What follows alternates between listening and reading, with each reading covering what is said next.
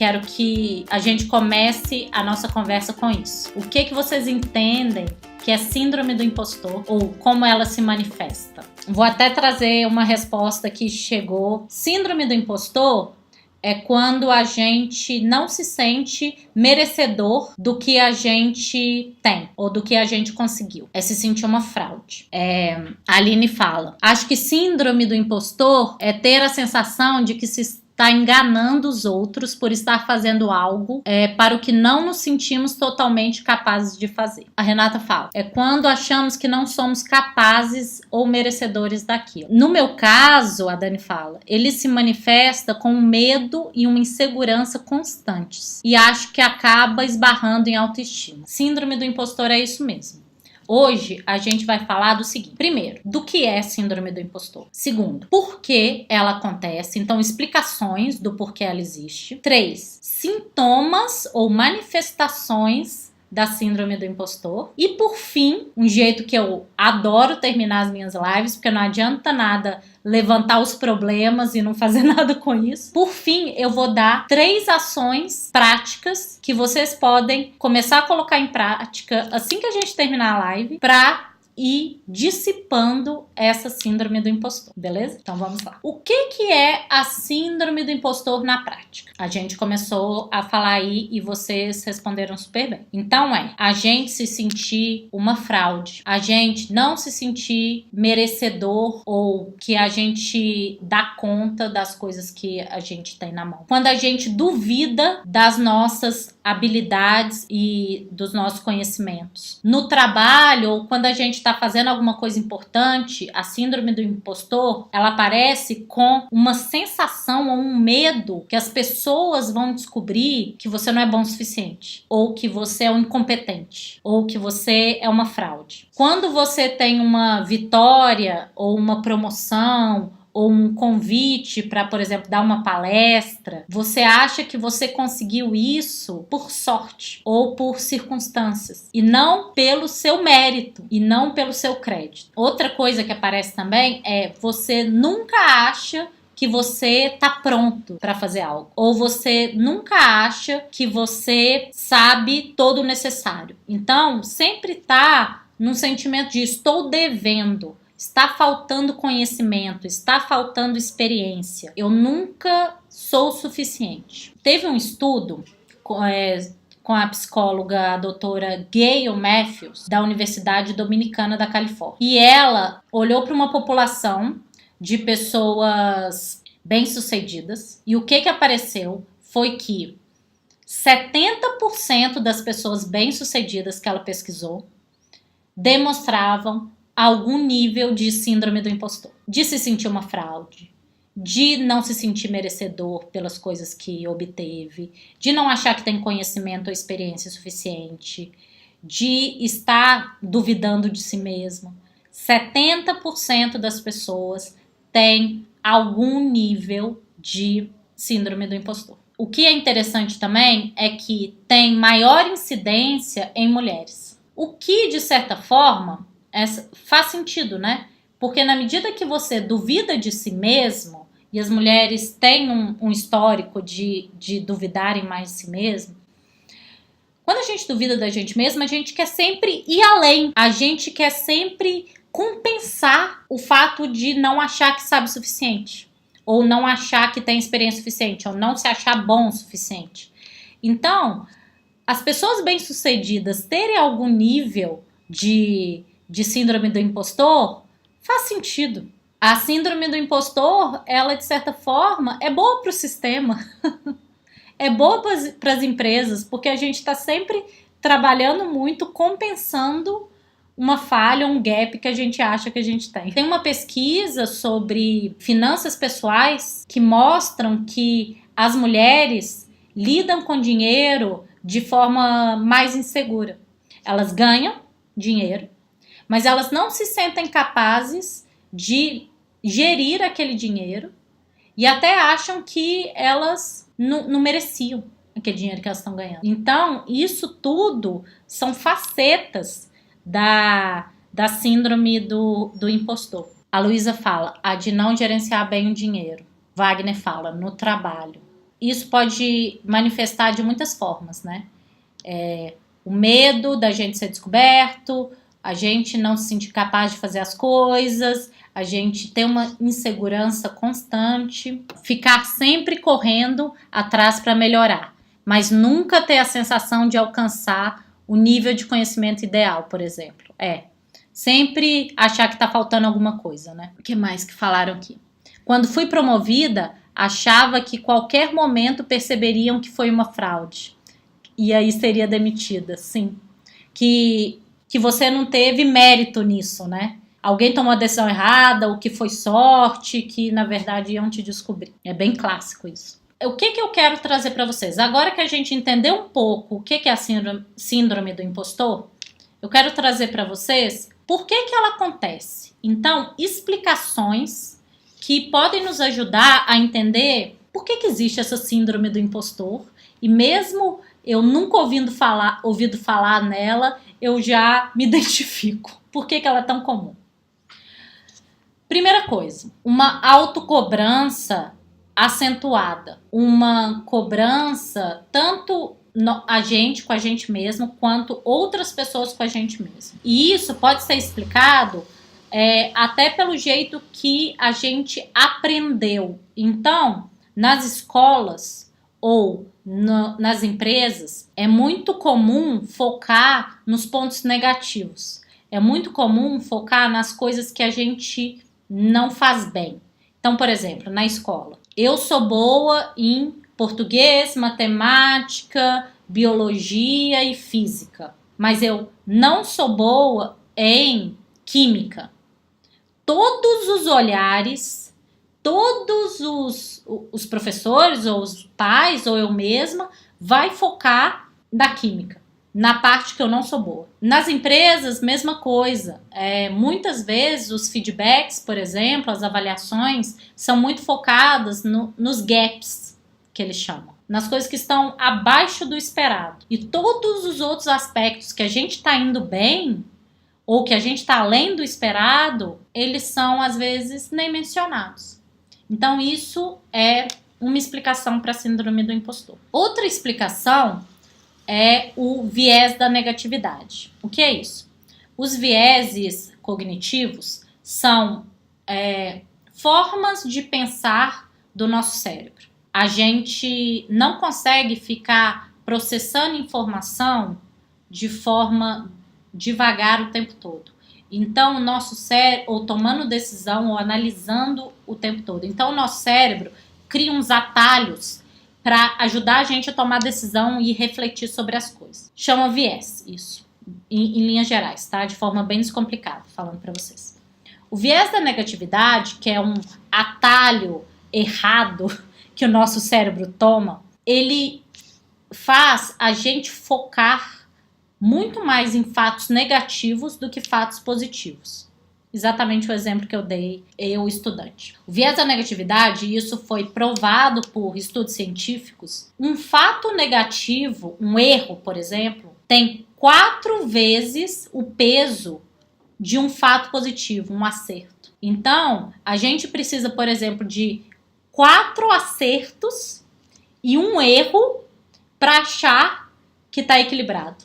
A gente precisa de 4 habilidades para uma não habilidade para achar que está equilibrado. Então, o viés da negatividade é um vício de pensamento que faz a gente colocar o negativo desse tamanho e o positivo pequeno. Isso reforça e explica também a síndrome do impostor. Terceira coisa que ajuda a gente a explicar de onde vem ou por que existe a síndrome do impostor é o que eu sempre trago de uma insegurança que todo mundo tem, ou um auto-amor adormecido. Que quem já me viu falar nas lives, eu sempre trago esse conceito porque ele esbarra em tudo. Que ele fala da autoestima, que comentaram aí em cima, né? Vou falar muito rapidamente disso, tá?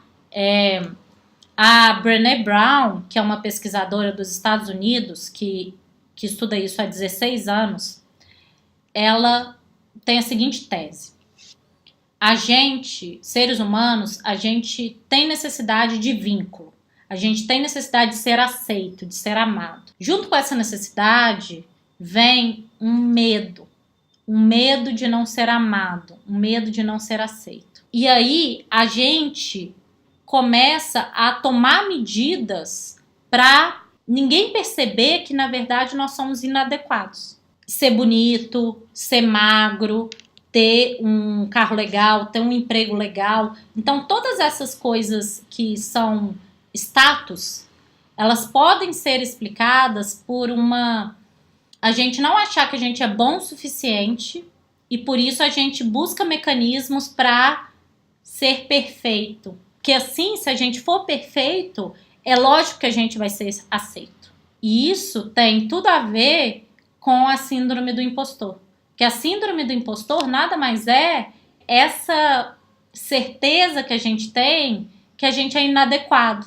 E que, por mais que a gente trabalhe, por mais que a gente tenha um emprego legal, por mais que a gente tenha sido promovido, a qualquer momento, alguém vai perceber o que a gente já tem certeza, que a gente é inadequado, que a gente não é bom o suficiente, que ainda está faltando um monte de conhecimento para a gente ter. E aí, quem quiser saber mais sobre essa parte, que é um conceito bem profundo e abrangente, eu só dei um toquinho aqui, esse livro, A Coragem de Ser Imperfeito, é essencial e ele é maravilhoso. Basicamente, todo mundo que vem fazer coaching comigo, eu acabo indicando esse livro. Que ele trabalha, sim, ou explica essa questão da nossa autoestima e da gente não achar que a gente é bom o suficiente. Então, eu expliquei um pouco de por que a síndrome do impostor existe. Primeiro, uma autocobrança e uma cobrança de outras pessoas, que isso vem desde lá da escola e também o jeito que as empresas são configuradas. O viés da negatividade, que é um vício do nosso cérebro em focar em coisas negativas e colocar em elas gigantescas. E a síndrome do impostor também é fruto de uma insegurança que todo mundo tem e que a gente tem que trabalhar isso porque no final todo mundo quer vínculos, quer ser aceito, mas a gente se sente inadequado. Isso também traz a síndrome do impostor à tona. Eu quero trazer sintomas da síndrome do impostor. Então a gente começou a falar lá atrás alguns sintomas. Você sentir uma fraude, você ter medo de ser descoberto, você não se achar merecedor das coisas que você conquistou. E aí tem outra camada para a síndrome do impostor. Por você achar que você não é bom o suficiente ou que alguém vai te descobrir o tempo todo, você trabalha demais, querendo compensar essa insegurança. Então, isso é um sintoma. Um outro sintoma da síndrome do impostor é o contrário. Você sempre deixar as coisas para a última hora. Você procrastinar. Você fazer de qualquer jeito. Por quê? Pensa assim. A síndrome do impostor parte do princípio que você se sente inadequado, que você se sente incompetente. Então, se você deixa tudo para a última hora, tudo bem. Se no final o trabalho ficar ruim, as pessoas vão achar que é porque você é preguiçoso e não porque você é incompetente. Ou as pessoas vão achar que é porque você tem dificuldade em gestão do tempo e não porque você é uma fraude. Outra faceta da síndrome do impostor, e isso com certeza vocês conhecem alguém, é ficar sempre abaixo do radar. Vocês conhecem alguém que é super inteligente, tem potencial, poderia fazer várias coisas interessantes e, na verdade, até gostaria de fazer essas coisas, mas que nunca sai do casulo, nunca sai da zona de conforto ou nunca pega riscos ou mais responsabilidades. Então, sempre fica um pouco abaixo do radar. Com certeza vocês conhecem alguém desse jeito. Eu conheço algumas pessoas assim, que tem muito potencial, mas escolhe não fazer nada com isso. E que isso vem um pouco de uma insegurança. Sou eu! Socorro, me ajuda! Fica aí que logo mais eu falo formas de lidar com isso, tá? A gente começou falando do que é síndrome do impostor. Eu expliquei um pouco mais de por que ela acontece. Então trouxe tanto questão de cobrança, de foco no que a gente não é bom, que vem desde a escola. Do viés da negatividade, que é um vício do nosso cérebro. Da insegurança que a gente tem, da falta de autoamor, que eu trouxe a Brené Brown, que ajuda a gente a explicar isso. Eu trouxe um estudo da doutora Gail Matthews, da Universidade Dominicana da Califórnia, que ela fala que 70% das pessoas bem-sucedidas têm algum nível da síndrome do impostor e que isso afeta principalmente as mulheres, já que a gente historicamente tem uma questão com a insegurança maior, então insegurança e síndrome do impostor são primos ali. E eu trouxe sintomas da síndrome do impostor. Trabalhar demais, querendo compensar essa insegurança que a gente tem.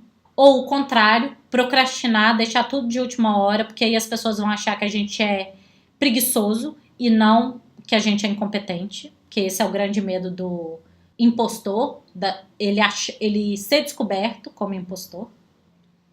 Ficar sempre abaixo do radar, nunca tomar riscos e nunca fazer coisas realmente de acordo com o seu potencial. A Stephanie falou que amou a explicação da procrastinação. Legal.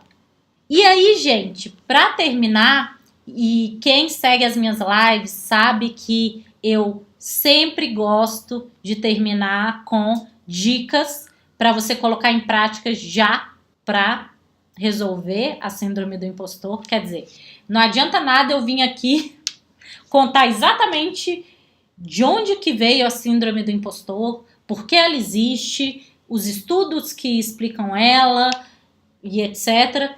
E não ajudar vocês a sair disso. Então, eu vou terminar essa live falando de 3 dicas simples para vocês começarem a colocar hoje mesmo, se vocês quiserem, para sair e melhorar, dissipar a síndrome do impostor. Primeira coisa, lembrando do que eu falei sobre viés da negatividade, que é um vício do nosso cérebro de percepção, uma das coisas que a gente precisa fazer para dissipar a síndrome do impostor é olhar as coisas pelo tamanho que elas são. Por exemplo, vamos falar de conhecimento. Olhar os conhecimentos que você tem, as habilidades que você tem, a experiência que você tem, de forma muito concreta, olhando evidências. E também olhar as coisas que você não sabe, ou tem que aprender, ou tem que melhorar. Dar peso equilibrado para as coisas. Então, por exemplo, eu sei muito análise de dados, eu sei muito apresentar em público, eu sei muito fazer PowerPoint. Eu não sei inglês. Ok, isso é uma coisa, isso é outra coisa. Não deixar a falta do inglês ou a falta de alguma habilidade específica chegar e tomar conta de tudo. Essa é a primeira dica que eu dou para vocês. Olharem o que você sabe e o que você não sabe de maneira muito concreta, muito racional. Segundo, quando você estiver trabalhando ou fazendo uma coisa difícil ou cometendo um erro e vier uma autoacusação muito forte, isso às vezes é um diálogo interno, tá, gente? Com a gente mesmo, tem que se observar. Você é burra, fez tudo errado de novo, você não merece ter sido promovida, meu Deus, vão descobrir. Você olha pra isso e fala assim, cara, peraí, eu tô falando comigo de uma forma que eu não falaria com ninguém. Se alguém estivesse na mesma situação que eu, fazendo a mesma coisa, e eu visse essa pessoa de fora, eu não falaria com ela da forma que eu tô falando pra mim mesma. Observa isso, observa se você tá tendo um diálogo muito pesado com você mesma, que isso é um sinal fortíssimo de que você tá passando dos limites. E que tá vindo mais uma conversa muito mais de insegurança do que efetivamente de você se apropriar das coisas que você sabe e das coisas que você não sabe. A terceira dica é você entender que erros acontecem, mas que esses erros não te definem. E que todos nós, a gente comete acertos, comete erros. Tem dias bons, dias ruins, mas isso não define quem a gente é, como pessoa ou como profissional. Não se deixar limitar pelos erros. Quando um erro acontece, de novo, passo 2, observa essa autoacusação, que provavelmente ela vai vir super pesada, e volta para o passo 1. Olha as coisas pelo tamanho que elas são. Ah, cometi um erro numa apresentação que eu fiz? Tudo bem. Olha todos os outros projetos que tá indo super bem. Uma coisa é uma coisa. Outra coisa é outra coisa. Dessas dicas que eu dei para vocês, para colocar em prática, para dissipar a síndrome do impostor, o que vocês querem começar a colocar em prática já, a partir de hoje? As dicas que eu dei foi olhar as coisas pelo tamanho que elas são. 2, olhar para essa autoacusação quando ela tá forte demais. E 3, lidar bem com os erros. Olhar para os erros e pensar assim, eles não me limitam, eles não me definem. Renata fala que ela quer ver as coisas do tamanho que elas são. Maravilha, Renata. Esse é o passo que é essencial, é o mais importante. E, de novo, lembrando do que eu falei, do viés de negatividade, é super importante você cultivar isso e não deixar por conta da sua interpretação. Porque se for esperar a sua interpretação, ela vai ver as coisas tudo bagunçado.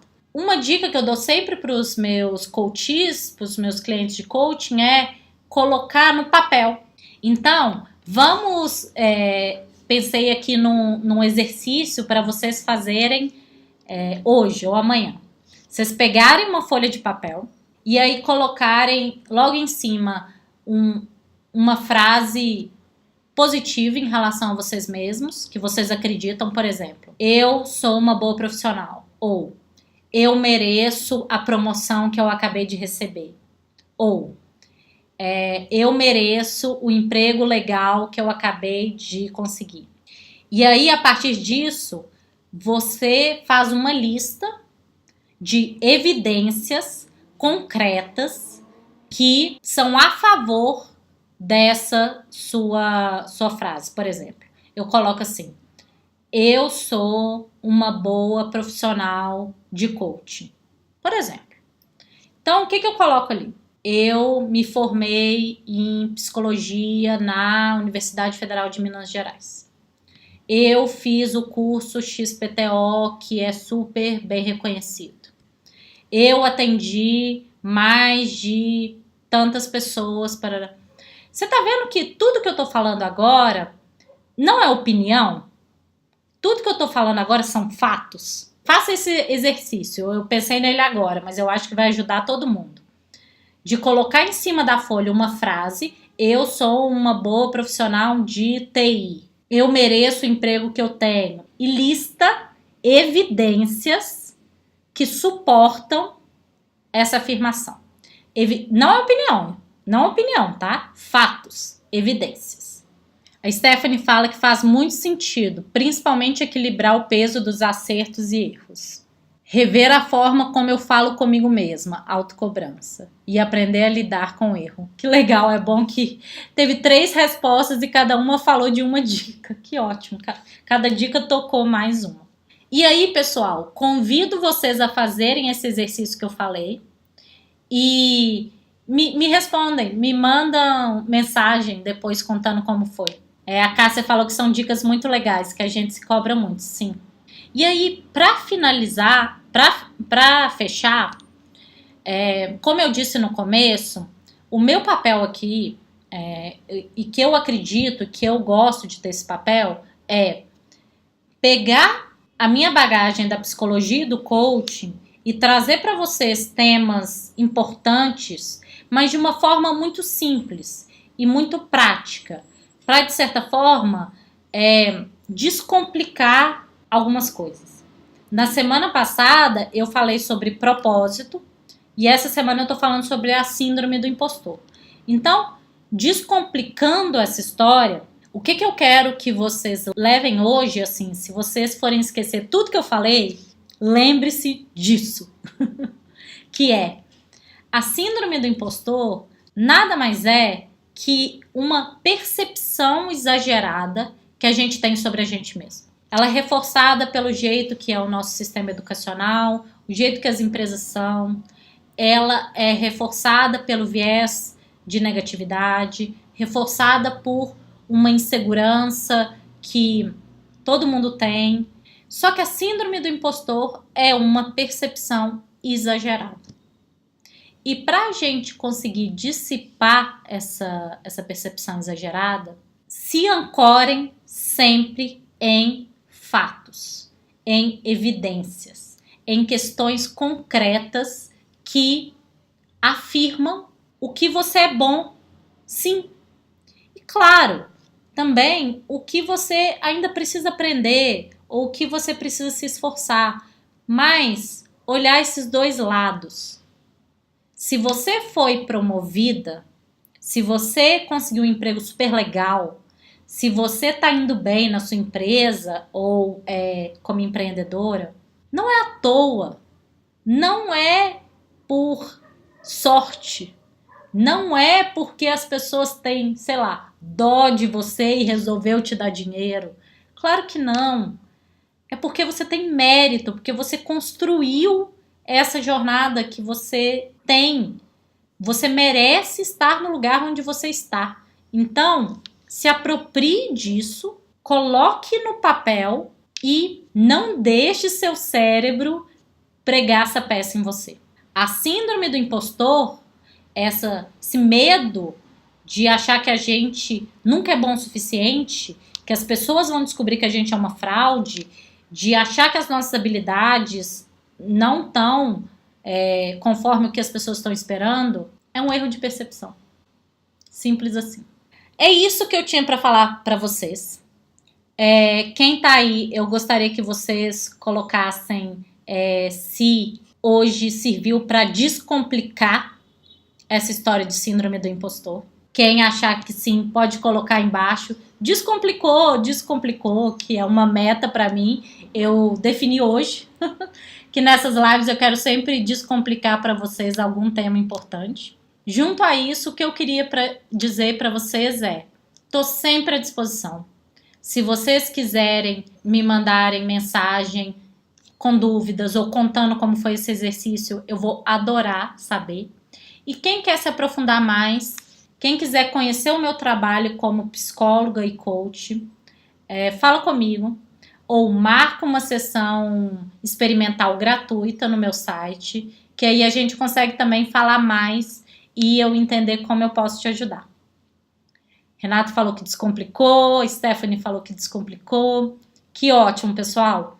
Tô super feliz. Semana que vem, terça-feira também, às 20 horas, eu tô aqui para falar com vocês sobre outro tema. E se vocês tiverem qualquer sugestão também sobre temas que é legal eu falar, desse jeitinho que vocês já entenderam como eu trabalho, pode me mandar que eu tô aceitando sugestões. Cássia falou que descomplicou, Verônica mandou joinha. Beleza, pessoal? Como sempre, pra mim, fico super feliz com esse papo e o que eu deixo pra vocês não engaveta tudo isso que a gente discutiu. Coloque em prática, reflita sobre tudo que a gente falou. Não deixa simplesmente assim, nossa, eu tive uma live tão legal com a Estefânia, acabou, amanhã tudo de novo. Não, coloque em prática. Faça esse exercício que eu falei e seguimos juntos. Até a próxima live.